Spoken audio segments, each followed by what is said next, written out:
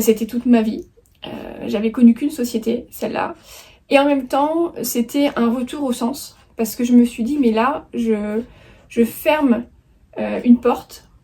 Mais ce que j'ai ressenti immédiatement, finalement, c'était un soulagement et l'ouverture du champ des possibles. C'est-à-dire qu'à ce moment-là, quand on ferme cette porte-là, malgré tout ce que ça peut représenter, parce qu'on part quand même dans l'inconnu, hein, parce que je me souviens très bien au moment où j'ai signé ma rupture, mon patron de l'époque me dit mais Pauline, tu vas faire quoi? T'as un plan? Tu vas faire quoi? Je dis j'ai pas de plan A ni de plan B, donc salut, je m'en vais et vous inquiétez pas pour moi, j'ai bien compris qu'ici ça le ferait plus, donc je reste pas ici, quoi. Voilà, et donc je redonnais un peu de sens à ma vie. Je redonnais une grosse soupape d'air et en même temps, à ce moment-là, je me souviens que y a eu une phase de moi où j'ai quand même été en décalage, puisque comme ça s'est fait de manière très rapide et très violente, avec le recul, je ne conseille d'ailleurs à personne de faire ce que j'ai fait. Enfin, je pense que le process aurait été de faire les choses avec beaucoup plus d'accompagnement. D'ailleurs, j'aurais sûrement mieux négocié à ce moment-là ce départ. Mais l'avantage, c'est que une fois que les dés sont jetés, ils sont jetés. Donc, on n'a pas le choix que de continuer à avancer, que de se relever. Et à ce moment-là, il y a une part de moi qui est coupée en deux. C'est-à-dire que l'alignement... En fait, je sais que je vais en route vers l'alignement, mais je suis encore coupée en deux. Parce qu'il y a une partie de moi qui est un peu dans le déni, dans l'acceptation de qu'est-ce qui s'est passé, mais comment j'ai pu en arriver là. Mais en fait, c'est vrai ce qui s'est passé, ça s'est fait quand même très rapidement.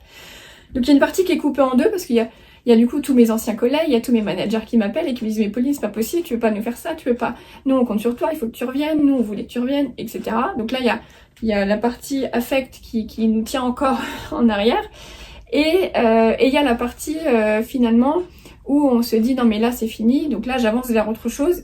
Et je me souviens qu'à ce moment-là je me suis sentie peut-être comme dans ma période de toute jeune adulte qui a un champ immense des possibilités.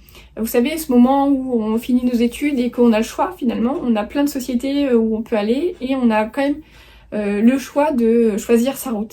Et j'ai retrouvé cette sensation-là qui était, je pense, une des sensations les plus agréables, une des plus agréables que j'ai vécues dans ma vie professionnelle, ce moment où tout redevient possible. Ça vraiment je le conseille. Je le conseille parce qu'on est englué dans une situation, on a peur du mouvement et du changement.